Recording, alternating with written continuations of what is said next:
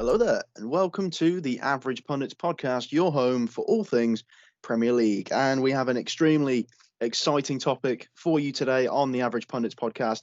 As you all know, the Premier League is back, and me and my colleague at this time on the podcast, Joe.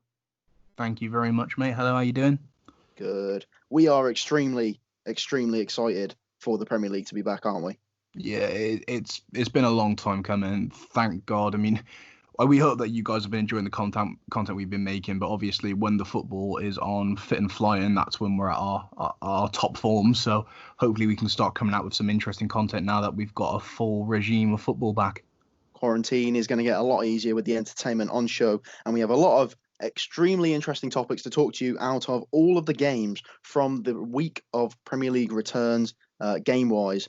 And before we get into the topic, please do remember to hit us on our socials on Twitter at Pundits Average, where we are live tweeting all of the games that are happening in the Premier League right now, and also on our Instagram at Average Pundits and the Facebook page, The Average Pundits. Don't forget, you can get in contact with us on our business emails at theaveragepundits@outlook.com for any business inquiries for coming on the podcast. And don't forget, if you want to listen to us more, follow us on Spotify and Apple Music and Google Podcasts. And also don't forget to subscribe to us on YouTube.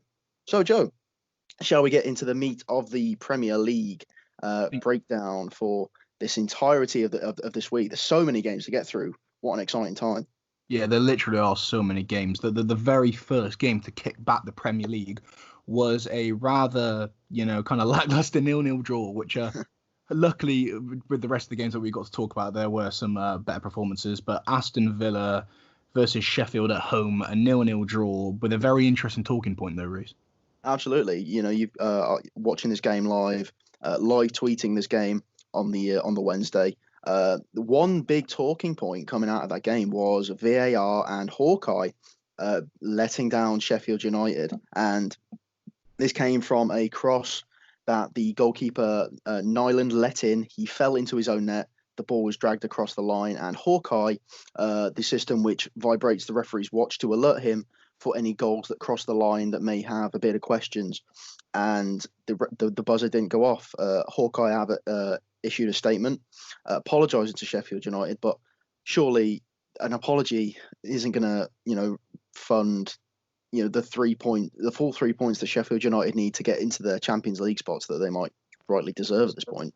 No, it definitely isn't. They've had such an incredible campaign, amazing performances from a lot of individuals in that team. But that was 100%. If you guys hadn't seen it, please go and check it out. It was 100% a goal. It should have counted.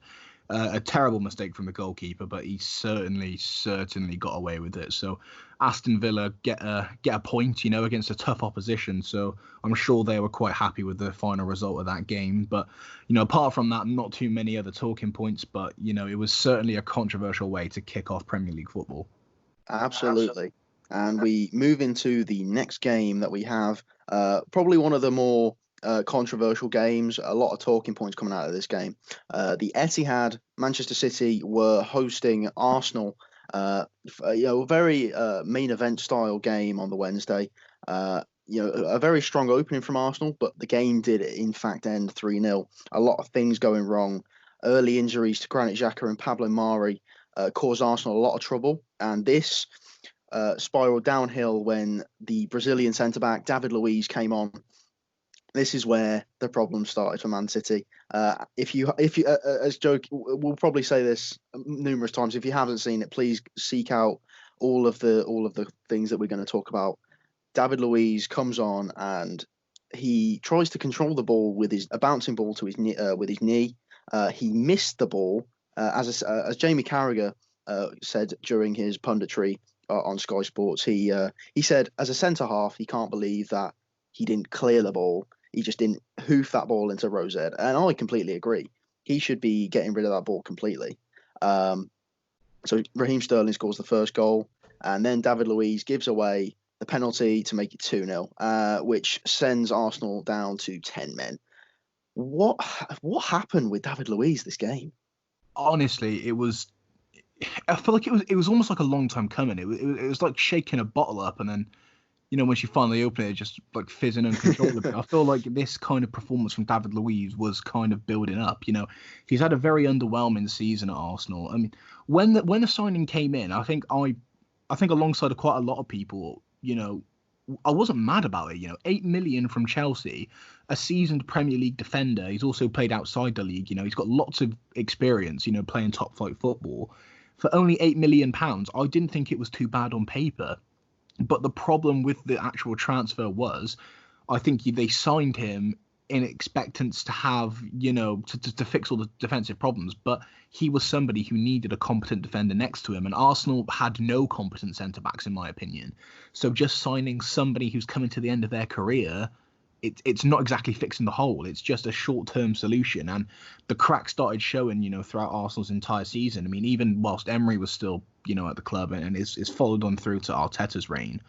But it was a dire performance from him. And honestly, I can understand Arsenal fans being absolutely fuming. But it's not like, this game even led to anything better with their next result, was it?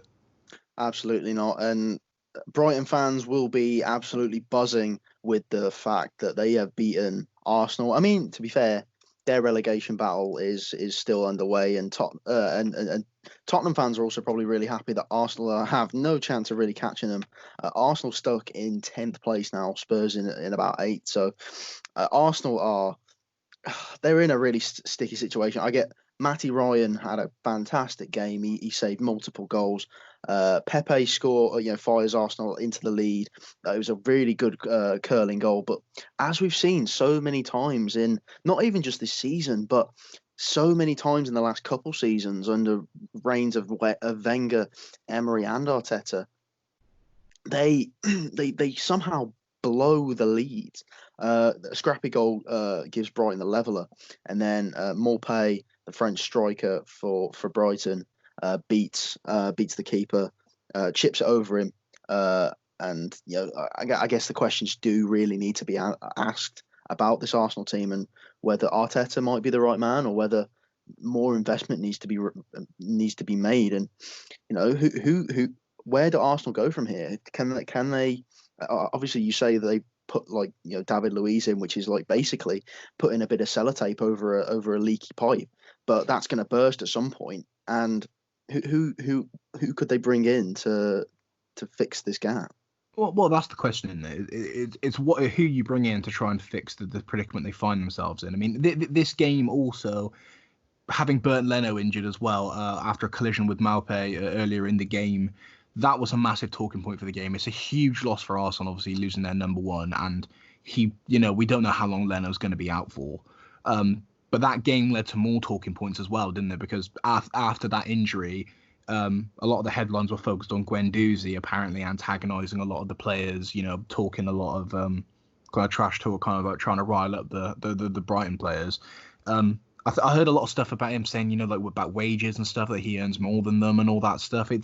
It's really horrible to hear, someone of, Guendouzi's caliber, doing this. I mean, obviously, paying no result, they lost the game, and he just looks embarrassing at the end of the game. But I think Arsenal's problems are even more deep-rooted than just a couple of player fixtures. I think there's a really bad attitude and an ethos at the club at the moment.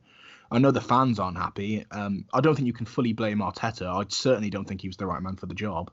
But, he's inherited a completely broken team. Only time will tell if he can fix it. But without the backing of the people who run the club, I don't see Arsenal progressing any further whatsoever. Definitely, Arsenal do need to pull out the bag, to put it into perspective. Maybe a new defensive signing. Maybe they just need a complete, as you say, an attitude adjustment to try and lift the spirits. Because when you're talking arguments on the pitch or just in life, as soon as you say you're earning more than someone, that's immediately when you lose the argument, because you've just lost all respect of the people around you. Talking about some fans that are not, in fact, happy with Arsenal at the moment, we asked the people on Instagram, our interactive stories. Please go and follow us over there at Average Pundits. A user by the name Damien Coleman 2004 says that Arsenal could have to pull out the bag and sign Marquinhos. Now, how would he be the man for Arsenal, do you think? Or, as you say, it probably takes a bit more than one player to fix Arsenal's problems. Yeah, it's more than one player. I mean, Marquinhos would be, I think it's a bit of a dream signing, maybe. I don't think he's really, in a position to be going anywhere. I think he in my opinion, I don't know why anyone would want to leave PSG. I think he's quite cushy there. But, it's certainly the kind of caliber of defensive signing they need. But, an amazing add-in. If any of you guys do have opinions, please do get in contact with us on social media. Let us know who you want your club to sign. Exactly. And we have our last Arsenal fan, Adam Neeland, who says Maitland-Niles needs to be starting more. However, he needs to humble himself and play right back more, because obviously he does want to play more attackingly. But if he wants to get into this Arsenal team, there's a place ahead of Hector Bellerin, who might be washed up at this point. He's not the player he once was. He wasn't the player that was once hyped up to be the one of the fastest defenders in the league. Now he's just really washed up and a bang average right back. Yeah, it's the same situation we've got with a lot of these Arsenal players. I honestly just don't really know what the best kind of predicament for them to go is. They need to touch base at the end of this season and have a lot of big questions asked. European football, they've got to cut that out straight away. I mean, it's obviously not going to happen, but they need to get out of their head. They need to focus on a lot more than just contending for Europa and Champions League spots. But, it's an uphill battle. I think it's going to take a bit of a long time. As you say, uphill battles were carrying over to Friday as Norwich hosted Southampton, and this did not go well for Norwich. Danny Ings ran the show. 3-0 to Southampton it was, and it was quite the battering, to say the least. Max Aarons was the only lively player for this Norwich team. Max Aarons is a very good player. We've talked about it on numerous occasions. If Norwich get relegated, what team is most likely to save Max Aarons? I think it's a team which is crying out for a right back. I mean, the amount of, talk that I've heard amongst the Spurs fans in particular, I think Spurs would be very, appreciative of a new right back. One of the other perfect examples of a right back that Spurs could have signed. I mean, a little side note here, I just figured this out today. Thomas Meunier, who's at PSG, he's just moved to Dortmund on a free transfer at right back, which I think is a brilliant transfer. I mean, Dortmund losing Hakimi and him bringing him in, but that's exactly the kind of person that I feel like Tottenham should have gone for. But, they're in need of a right back. Certainly Serge Aurier isn't cutting it out. I think Max Aarons would be a perfect, little cheap signing, and also someone with a lot of potential. They might be able to get him on a cut price as well, considering Norwich are 100% destined to go down now. Absolutely. You can't really knock Southampton for scoring as many goals as they did. Danny Ings as in form as he ever is, and I mean, what a player that Danny Ings is. Is he one of the more underrated England strikers, or do you think now that he's proving his case that he is potentially one of the best England strikers at the moment? His problem was always his fitness, wasn't it, and his injuries. That's why Liverpool didn't work out for him, and some things work out for the better. He took his time, with rehabilitation and stuff like that, and got himself better, and found himself at Southampton, and now he's firing on all cylinders. He's had an absolutely brilliant season. It was definitely the second half. Southampton become more lively, but you notice his presence when he's on the pitch, and he was hungry for that goal. He definitely didn't want to let the lockdown ruin his form. So I think full credit to him. I would love to see Danny Ings, in the next kind of England setup. I think he's more than proved himself worthy to be the number 2 striker. Definitely. Danny Ings amongst those other scorers, Stuart Armstrong and Nathan Redmond, to help Southampton with the lead. Putting 22 shots towards the Norwich net, putting 9 on target. Norwich only had 1 shot on target, and for a team that's definitely dropping, then they're basically showing that they have no aspirations of getting out of the relegation zone. They're only 2 wins away from, well, technically 2 wins and a draw away from escaping the drop. They could be above Watford at this point. With that, I mean, goal difference aside, they could be above Watford, and it just shows that they've got no fight, and they technically just want to be back in the Championship. Yeah, not all. It's a really hard thing coming up straight up from promotion, and trying to keep with the big dogs and keep yourself up. And because the Premier League's a tough league, the Championship's a tough league as well. But I think Norwich have kind of proven that maybe this year wasn't their year. They need to go back, touch base, and then kind of go again. But fair play to Southampton, a really convincing 3-0 win. Definitely. I mean, as you say, the Premier League's not easy to come up with, and we'll talk about one of the teams that have come up and definitely surprised us. We already have talked about Sheffield United, but they played later on, and that will be one of our extended games to talk about. However, the next game that we are to talk about on that Friday, the main event of Friday, Tottenham hosted Manchester United, and this game was quite interesting in a couple of ways. Steven Bergwijn netting a goal in the 27th minute, but where did the mistakes lie for this goal? Joe, obviously we all know that you're a diehard Manchester United fan. Bergwijn's goal, it was a fantastic run. He did Harry Maguire for pace. It just shows how slow Harry Maguire is, and seemingly bad goalkeeping from what was it, maybe 2016, 2017. Someone who was the best goalkeeper in the world now might have mellowed a bit. What was your reaction to the Bergwijn goal? Well, first things is, I'm not taking anything away from Bergwijn. It was a really well, taken opportunity, and it was, straight at De Gea, but it found the back of the net. Is what it is. The run came in my opinion, the entire defensive line was, at fault here, but definitely I think Luke Shaw and Harry Maguire did particularly poor at covering that.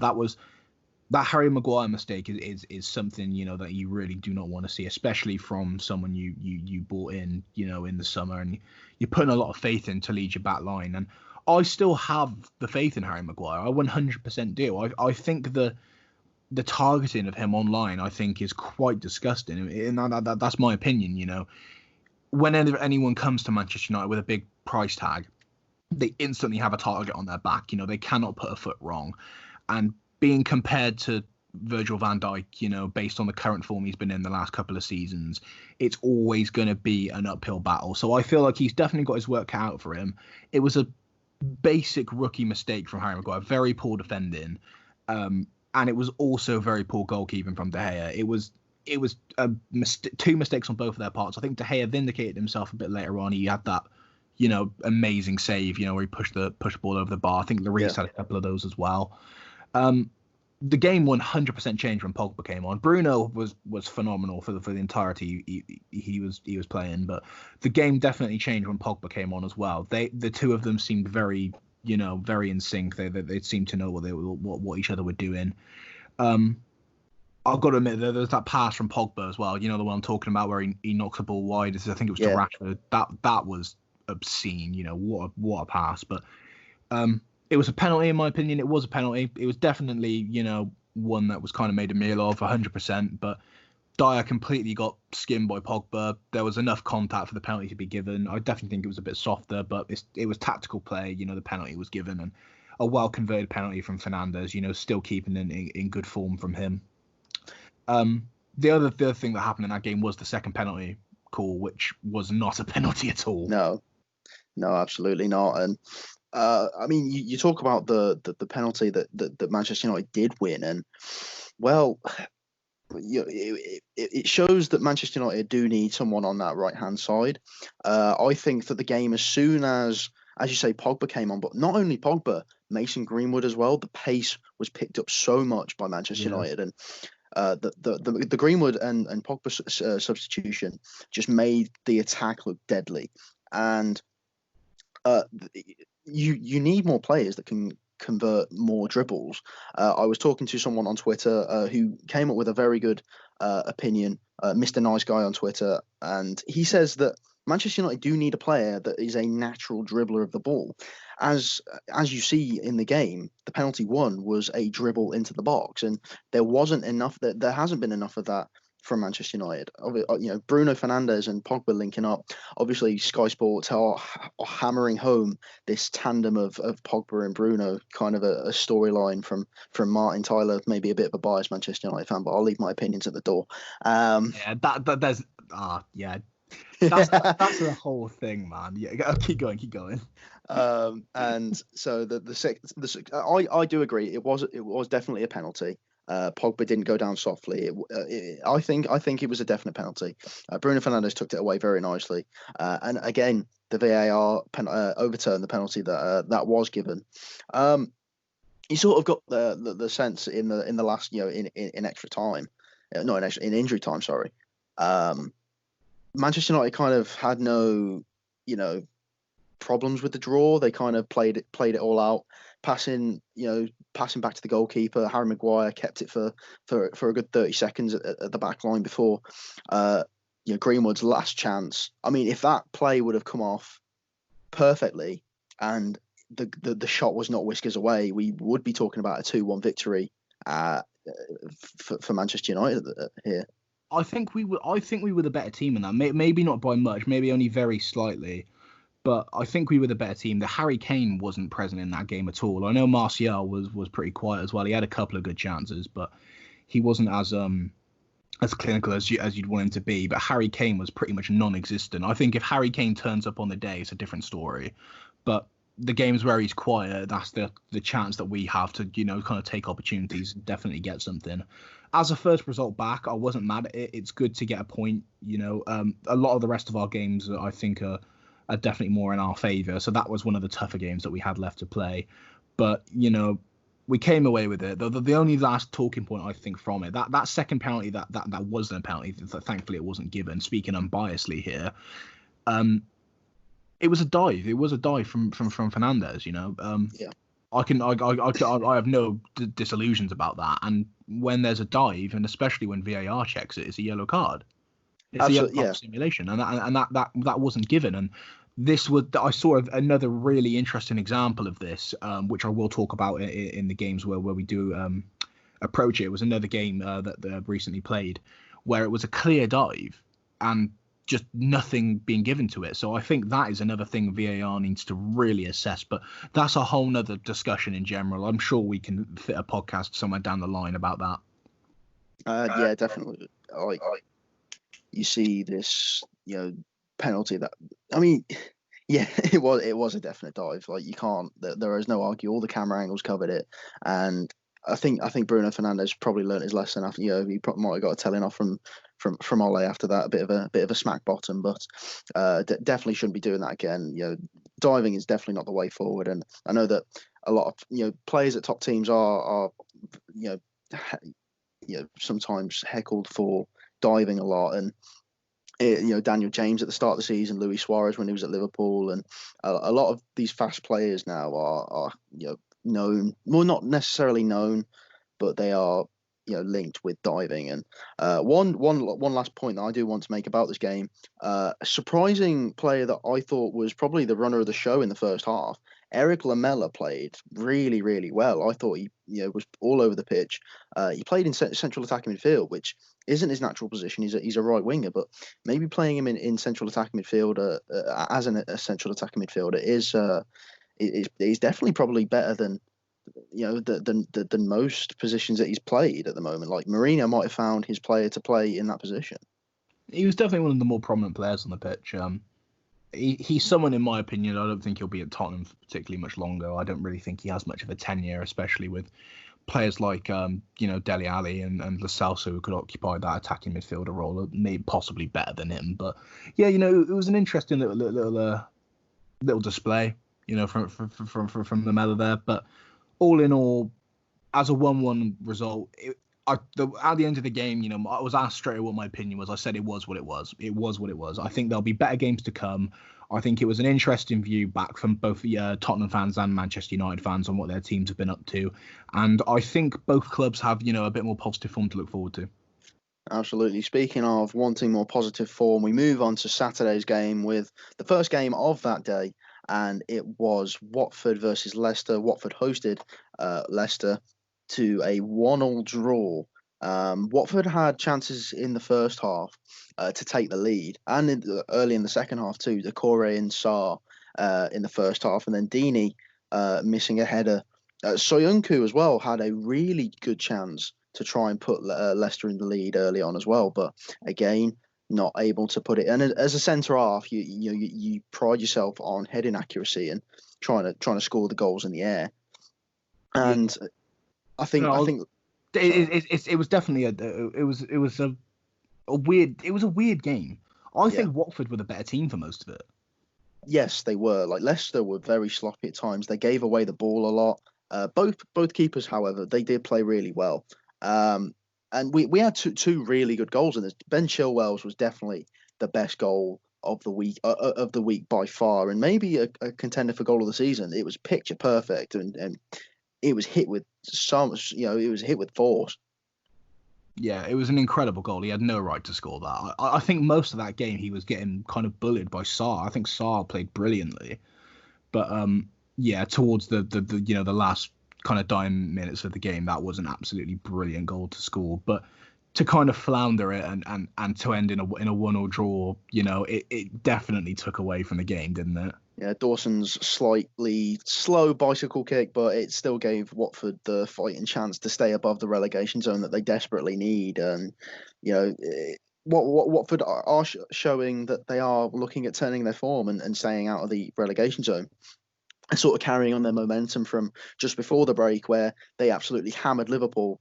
We'll get on to Liverpool in a bit, but they hammered Liverpool.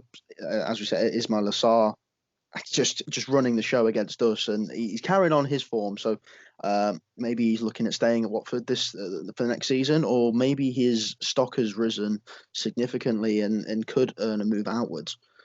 I think he would be a great pickup for a lot of clubs looking for a right midfielder. I think Watford wouldn't want to let him go for cheap. I think he would only go for a bit of a cut price if they do go down. But I'd imagine there's probably clauses in his contract and all sorts. He's definitely a superstar at the club. Oh, he's a superstar in the Premier League, absolutely. Yeah, definitely. Moving on to the next games. Obviously, we've talked about Brighton and Arsenal previously, and we'll skip over that one and move on to the next game, the second to last game on the Saturday. West Ham at the London Stadium hosted Wolves, who managed to pick up a 2-0 win. West Ham have seen a lot of really dull results recently, whether it be just before the pandemic break or whether it be this first result back for them. It's definitely not what they wanted, and they just can't put their chances away. And it took until maybe the second half where Adama was brought on and he was just too fast to handle. A fantastic ball, and Jimenez, you can't beat Jimenez in the air. Like, it's phenomenal. Like, his heading ability, so it's one of the best in the Premier League. I pose this question: are Adama, Jimenez, and Diogo Jota one of the best front three in the Premier League at the moment, or at least the most exciting to watch? I'd 100% say yes. I think they've proven it. Time and time again, they've proven that they've got so much bags of talent up front. I mean, even then they've got other players who can come on and do a job. They've got Neto and Pundits as well, and just sitting on the bench ready to come in and perform as well. So I think Wolves' attack at the moment maybe doesn't get the credit it deserves. I think Jimenez especially. I know a lot of the headlines this season have more been focused on Adama Traore, definitely given some impressive performances in the league, but Jimenez as well, I think, is brilliant. I think he's a great striker. I think any team would be happy to have Jimenez, and I believe that Juventus are willing to swap two players plus a certain fee for the Mexican striker. I think. Do you see that going through? Yeah, but when any of those deals come through, I think it's worth listening, because he's certainly someone that I feel like deserves maybe another a crack at the top of the league somewhere, whether that be the Premier League or whether that be outside of the Prem. But depending on who the players are, that Juventus offer them, that could be a really interesting move. Absolutely, I think Jimenez is definitely one of the best strikers maybe in the world at the moment. Like, he is so prolific. As I've mentioned before, he scored more goals than Ronaldo in 2019, and I mean, it's hard to score goals at the moment with the pandemic happening and only the Premier League returning, but he's definitely on form. And as you say, Neto with the sublime volley to double the lead for Wolves. They're definitely knocking on the door of those European places, and they could definitely beat some of the top tier teams in the Premier League to those spots. Yeah, 100%. You know, Wolves they've been an ascending club for a really long period of time now, and I think, you know, Jimenez would be a great addition to anyone's team. But right now, he's Wolves' man, and Wolves should be happy they've got him. You know, and they've got bags of talent all around the pitch. You know, it's no longer, you know, that they're just a competing team. You know, they are a top 6 contender every season now. So I think, you know, if they can keep up the signings and they can, you know, retain some of these players, you know, they're only going to go even further. Absolutely. And moving on to the next game, another 2-0 result. Bournemouth hosted Crystal Palace. And sort of the talk going into the Palace games is, could this be Wilfred Zaha's last season with Crystal Palace? Is it his time to move? Obviously, he had a big impact on this game. But Miliojevic, my pronunciation could be horrifically off there. And Jordan Ayew putting the goals past Bournemouth in the first half. And I thought this was a big Palace show of showing their masterclass in defending a lead that they have, and what a masterclass it was. So, you know, do you think Zaha is going to end up leaving, or do you think he's going to try and see out his time at Crystal Palace? I think it depends, really. I mean, last season I think was his time to go, and it didn't happen. So maybe even the season before that was his time to go. You know, it's a bit like the Hazard thing. You know, like I feel like Hazard's time to leave Chelsea was almost like 2 seasons before he did, and he's at Real Madrid now, and he's doing a job. He's putting out some good performances, but I don't think Real Madrid are getting the Hazard they maybe deserved a couple of seasons ago if they would have just took the risk and just went for him. But now I think as time goes on, a player's expiry date gets a little bit closer to their top premium form. So I think Zaha's time, if he wants a real shot somewhere, you know, a top club, I think it's now or never. But I mean, the other kind of main thing going into this Bournemouth game, before Eddie Howe made it perfectly clear to everyone, you know, Ryan Fraser had, you know, now played his last game for the club. Yeah. Which I think is a tremendous loss. But for a club which is definitely competing, you know, a relegation candidate, Ryan Fraser is too good to be there. I also there's other players amongst that Bournemouth team as well I could pick out. I could spend, you know, a whole thing talking about it. But Ryan Fraser in particular, he's going to be a really good pickup from someone, and someone on a free as well. Someone's going to get him for, I believe. So, you know, whoever lands him, I think he's going to have he's going to be a really good little addition. But all in all, a comfortable win for Palace, and Bournemouth are just in more trouble now.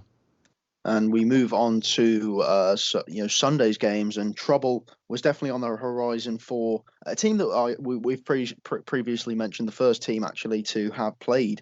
The second team, sorry, to have played 2 games after the restart. Sheffield United went to St James's Park to face Newcastle, and what was a very, very surprising result for Newcastle, winning 3-0. Now, I think I predicted maybe 2 goals maximum from this game. You know, Newcastle's known for their scrappy, defensive style. Well, Steve Bruce is as a manager anyways, and what a masterclass from Alan St-Maximin.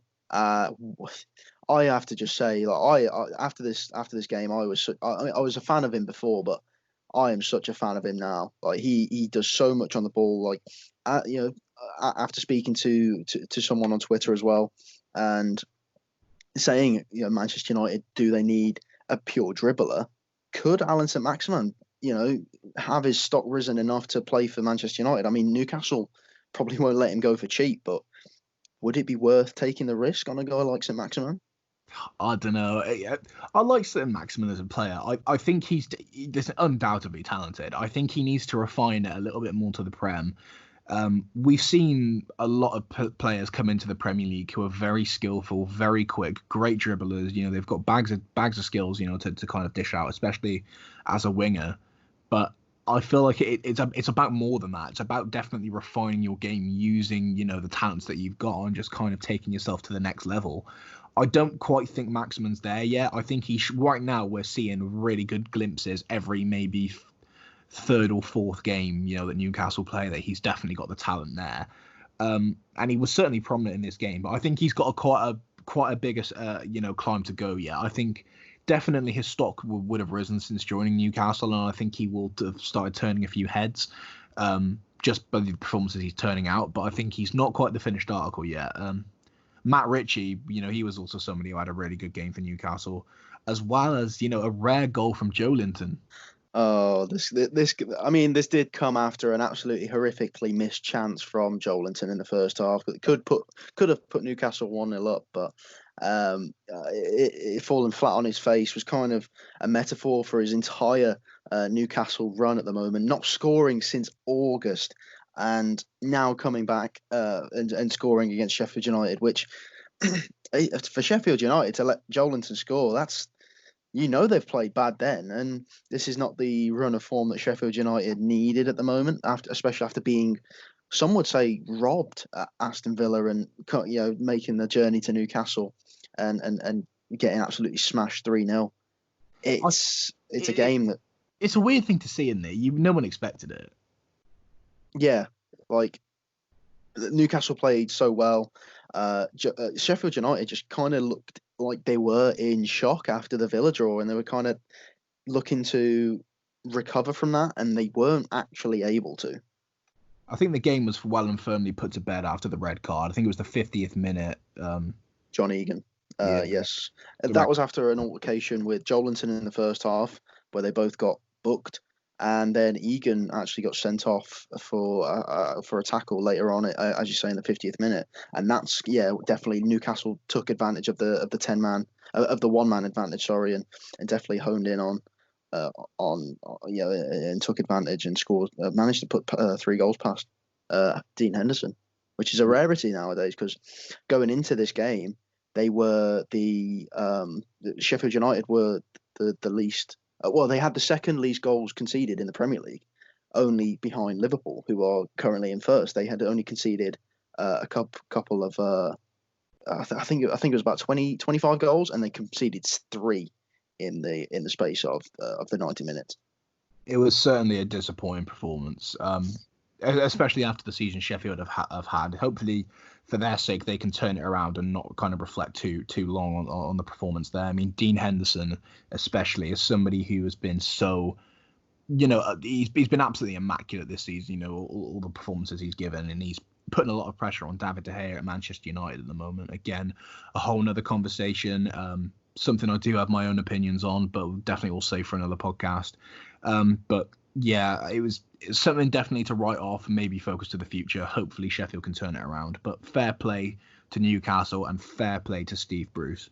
Absolutely. Newcastle do sit in 13th place, fairly safe at the moment. They're on the tails of Arsenal at the minute, and they could definitely overtake them. We could see Arsenal in the bottom half of the table by the time the season's done. But moving on to the last of Sunday's games, I believe. Oh, no, it wasn't the last. It was not the last. I will rant about that game in a second. But before we get to that, Aston Villa hosted Chelsea in what looked like to be an upset until Chelsea were able to score 2 goals. Aston Villa taking the lead through Horse, and then Chelsea coming back in the second half, Pulisic coming on, making all the impact, quickening up the game for Chelsea, and Olivier Giroud with a brilliant turnaround goal. Who knew that Giroud still had that in his locker? But then again, Giroud has a lot of goals against Aston Villa, whether it be for Arsenal or Chelsea. So, what were some of your takeaways from this game for you, Joe? I think it was interesting, definitely. When that first goal came in from Villa and it went into the half time, you do kind of think like, oh my God, Villa kind of doing a bit of a madness here. But it kind of, got 2 goals conceded in the 2 minutes. It then just goes back to the typical Villa story that's happened this season. I'm sure that game was very heartbreaking for a lot of Villa fans, watching. I know there are a lot of Villa fans who listen to the podcast, and I know they have their opinions. And it's been a difficult season for them, seeing such great individual performances from players like Grealish and McGinn, and then seeing the results not coming in. So I do feel for the Villa fans. They've definitely had a rough ride this season, but I think Chelsea just capitalised well, and Chelsea this season, if they can have a positive end to this season, from from a personal aspect, I hope, not too positive. I want to definitely finish above them. We're behind them, but still got a little bit of a climb to go. But if they can have a positive end to this season, bringing in Hakeem Ziyech and now officially bringing in Timo Werner as well, that's all been announced now. Yes, I mean, definitely. What could they do next season? The possibilities right now. If they get a couple more big names in through the door, I think it's going to be a real, good time to be a Chelsea fan. Yeah, Chelsea have a lot of good things on the horizon. Frank Lampard's a manager that does take young players and make them great, and Timo Werner and Ziyech coming in is just going to only strengthen that team. Again, going back to our Instagram reactions, you can go to our Instagram at Average Pundits and react to our interactive stories. A user by the name of _bywrong_ say that Chelsea with Timo Werner and Ziyech could actually become title winners at this point. Do you see that being like a possibility? I'm not far off it, I'm really not far off. I've heard a lot of people just, shoo away the ideas and think, it's not on the cards. But I think with a couple more reinforcements, I really do think they're going to, look a bit more prominent. I mean, obviously right now, title contenders, everybody is comparing their own squads to Liverpool and Manchester City right now. Mainly this season, Liverpool, because they've kind of left Man City in the dust, haven't they? But Liverpool's squad right now, I think they've got amazing players in there. But the reason I think they perform so well is the unity, and they know how each other play. So I think it's not an overnight thing. It happens after a long period of time. So, credit to Liverpool for, kind of working out the formula in large this season. They've rarely put a foot wrong. And that is at the moment what clubs need to kind of look towards and think, this is the standard. This is what I need to compete to. And signing players of the caliber of Ziyech and Timo Werner, it's not it's definitely the right direction to go in. So full credit to Chelsea. As a football fan, I'm excited to see what they have next season. As a, opposition fan, I'm a little bit scared. Definitely. And as you say, unity is definitely where stuff lies. And Willian is one of those people that contracts end this summer. And he was almost playing as if he was already out the door. Like he's already not interested in playing. And I don't think really Frank Lampard wants him to stay either. So he could be going to either another Premier League team or somewhere across the world to in fact play his football. But Tammy Abraham coming on in the 80th minute to replace Olivier Giroud. And I think Frank Lampard has taken him aside and has sort of had a word about the Timo Werner signing. And do you think that Tammy Abraham's going to get pushed out, or do you think he's going to be happy to at least find some minutes behind a world class striker, or maybe Chelsea might even play two up front and play the traditional formation styles? I think Chelsea have played a lot in the past, with a single striker, but I would love to see Tammy Abraham still getting his shout because he is a great player, and also even though it's an opposition team, whenever there's a good English talent, you obviously being fans of the England national team, we want to see our talents push forward in the right direction and given the credit they deserve. So I hope, Tammy Abraham still, has a say in the team, much like Ziyech coming in. You'd hope Mason Mount still gets his fair share as well. But only time will tell, I think. I can't see, Tammy going anywhere for the foreseeable. I think it'll be a season at least of playing with Werner before we realise where Chelsea's thoughts on him lie. Definitely. And we move on to the final game of Sunday. And nothing really of note to talk about in this game. The Merseyside Derby, which was one of the biggest games coming into the Premier League restart, definitely within the first week. And we get to the game, and absolutely nothing happens. Obviously, no Andrew Robertson and no Mohamed Salah in the starting lineup for Liverpool. And Everton also started Gordon, who is a young player coming through the Everton ranks, and neither team played exciting. Liverpool's build-up was as if they had a 3-month break. They were very patient, but then the defence was met by Everton's patient defence as well. I would say that I'm going on a rant here and saying that we definitely miss Mo Salah, we definitely miss Robertson. Well, defensively, we were sound. We didn't let any opportunities go astray.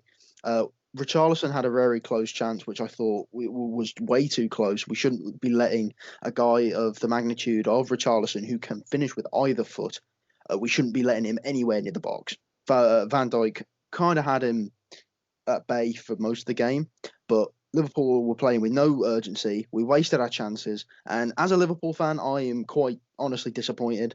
I know that you said you would take the 1-1 draw against Spurs, which I think. I mean, as a United fan playing Spurs, as you know, in the form that they were playing in the game, I think that's a good result for United. However, Liverpool are the. I mean, they're the fatal. All we need is 2 games to win the Premier League at this moment. We don't have time. I mean, as a Liverpool fan, I'm probably getting really impatient, but I think we don't have a lot of time to try and win this. I want to try and get it done as quickly as possible, and then we could maybe get some youth players some experience at the end of the season. But as a Liverpool fan, we should be beating Everton 100% of the time. I think for the United one, I think as well, United and Tottenham aren't far off each other, in terms of where they are as clubs right now. The gap between Liverpool and Everton is monumental. Everton aren't a top 6 club. They're a low mid-table club, in my opinion, right now.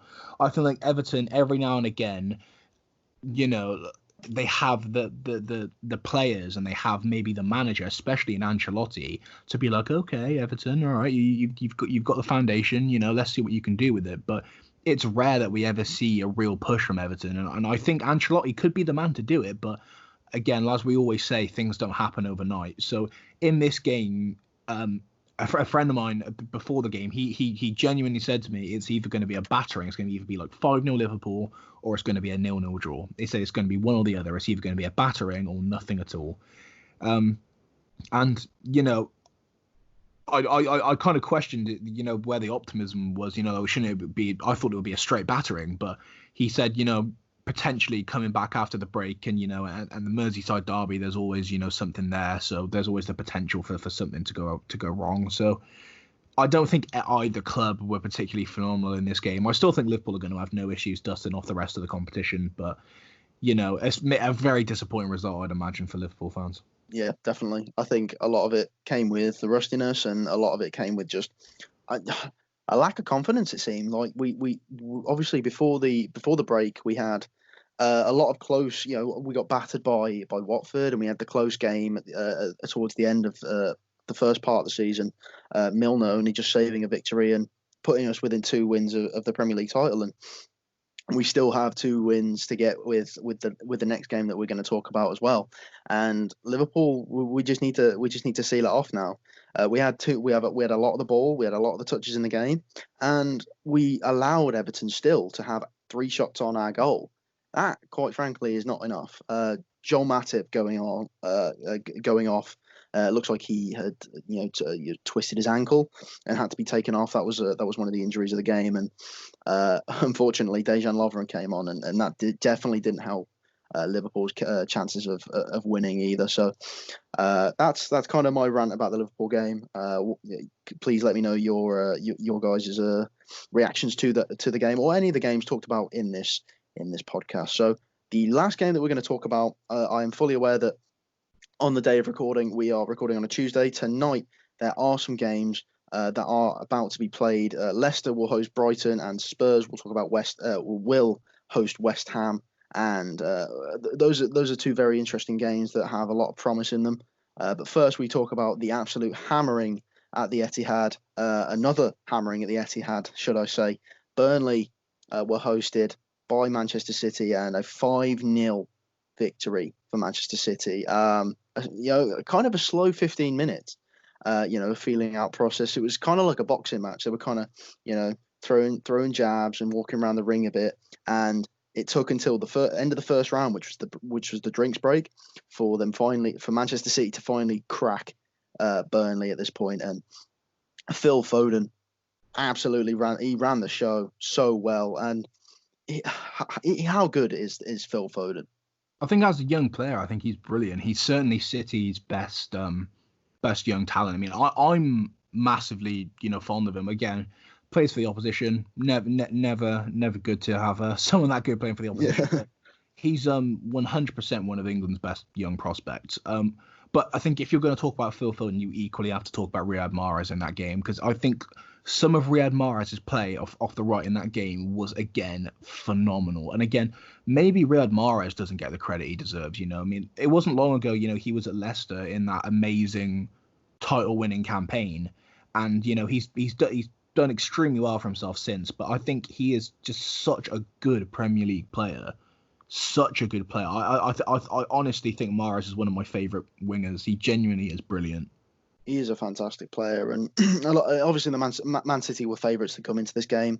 A lot of people on our Instagram said that Manchester City were going to win, and someone on our Instagram, I posed the question: is Phil Foden the best young talent in the Premier League? And the user by the name of Aidan McElroy, I apologise if I butchered your name, but he says players like Mason Greenwood and Gabriel Martinelli, obviously playing for Arsenal, are better youngsters than Phil Foden. Do you think that's correct, or do you think that they are just kind of the three to take the Premier League into the future? I think all three of those players, in my opinion, certainly looking at the top six, are, in my opinion, the best teenage kind of talents that you've got there. Martinelli, I think, has had some great performances in an Arsenal shirt, and I think Arsenal are very lucky to have someone of his talent at the club, considering the current situation Arsenal find themselves in. I would hope, as an Arsenal fan, to see Martinelli stay at the club, lead the line, but I don't know how long he's going to be at Arsenal for. Mason Greenwood at Manchester United, I 100% think is the real deal. It's going to take time to, kind of make him kind of the top player. Like, I think it will be a lot, behind the scenes coaching staff, definitely honing in, and having, top players around him to kind of, link up with him and show him the ropes, I think would definitely help. It's such a shame that we didn't have Ibrahimovic. I know Ibrahimovic was only with us for a short period of time, but someone of his caliber, training Greenwood and doing a bit of one-on-one stuff, or even Wayne Rooney or one of these kind of veteran strikers, would be absolutely incredible. I mean, it's lucky enough his manager's, a striker of the caliber of Ole Gunnar Solskjaer, in his heyday was such a good player. So I'm hoping Ole can, really take the talents that Mason has and progress them forward. But to say if any of the three are better than each other, I think is a really difficult one. I mean, biasly, I think a lot of people would expect to say, Greenwood straight away, but I think all three of them have their own merits. I think definitely Greenwood right now has shown a bit more promise than Martinelli in games. Just not taking anything away from Martinelli, I think Greenwood's just been a bit more lively, but Greenwood and Foden right now, I think Greenwood's closer to starting at Manchester United in one way or other than Foden is, depending on what Manchester United do in the summer.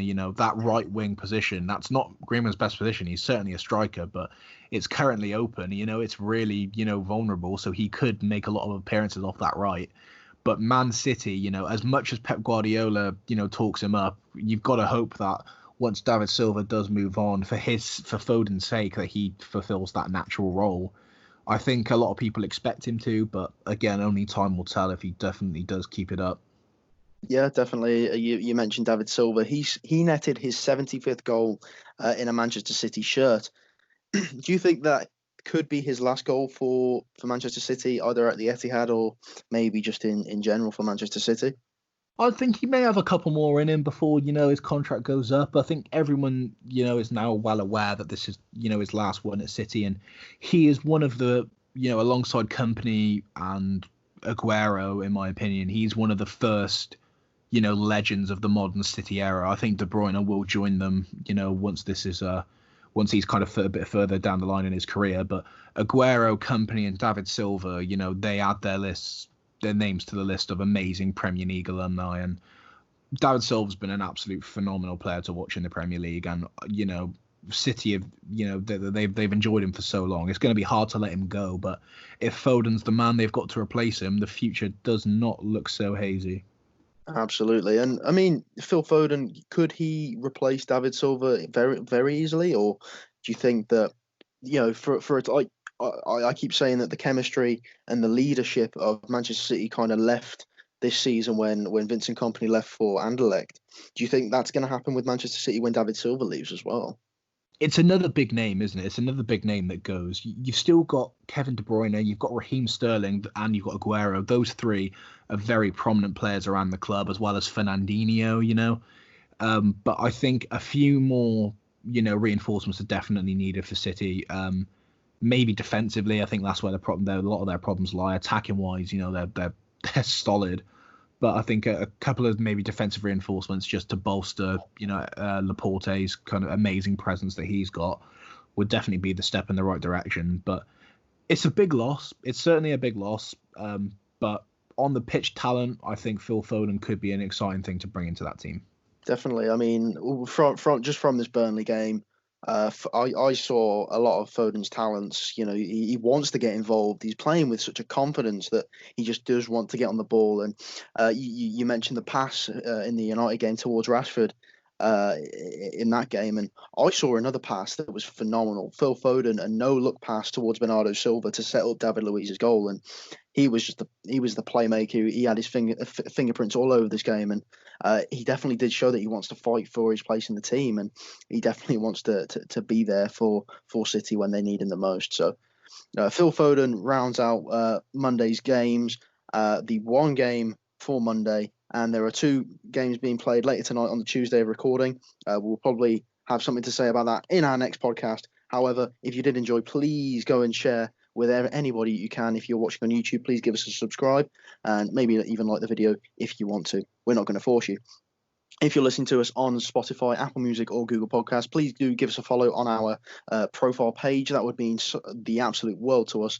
And if you wouldn't mind going and following us on our social media, the Twitter, we live tweet every single Premier League game from the break of the pandemic, at Pundits Average. Our Instagram is the @Average Pundits, and our Facebook is the Average Pundits. Our business email for any inquiries to come onto the show and talk to us is the averagepundits@outlook.com. Joe, thank you so much for being here with me as always. It's been an absolute pleasure, mate. Thankful football's back, and I think along with the games we've got coming out, we should have a lot of interesting content down the line.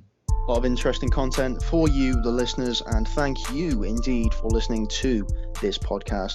We really do appreciate all the support that we get on these podcasts, so please let us know what you think down in the comments or on social media. Thank you guys for listening, and we'll see you next time.